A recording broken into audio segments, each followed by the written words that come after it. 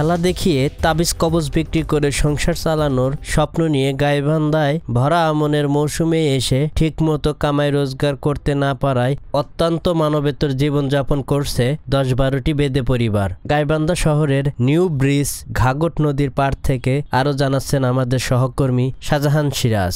Gaibandha new bridge Ghaghat নদীর তীরেই কিন্তু বেদে বহর যে ১০-১২টা পরিবার এখানে এসেছে। এই বেদে বহরের যে সর্দার মোহাম্মদ নুরুল ইসলাম, ওনার সঙ্গে কথা বলছিলাম। উনি যেমনটি জানাচ্ছিলেন যে অত্যন্ত কষ্টে এবং মানবেতরভাবে এবারে জীবনযাপন করছেন এই ১০-১২টি পরিবার, যে আশা নিয়ে তারা এসেছিলেন গাইবান্ধায়।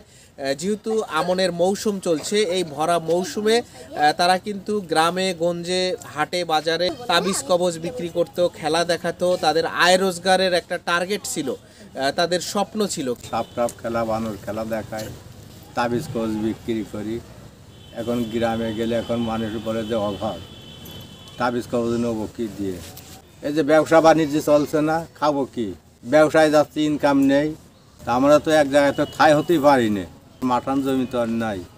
এখন বাচ্চাদের যে এখন শুয়ে যে বিদেশে গর্ব, আমরা তো তা পারছি না। বাচ্চা কার কাজ হবো? নিজেরা এক জায়গায় না থাকতে পারলে বাচ্চাদের তো লেখাপড়া শেখানো যায়নি।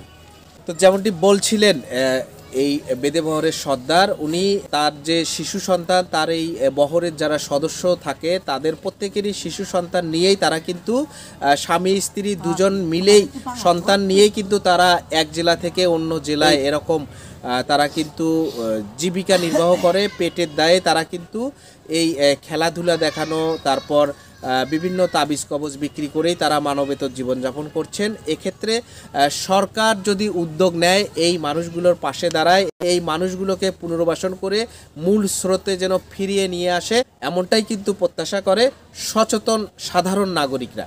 শাহজাহান সিরাজ, গণমানুষের আওয়াজ, গাইবান্ধা।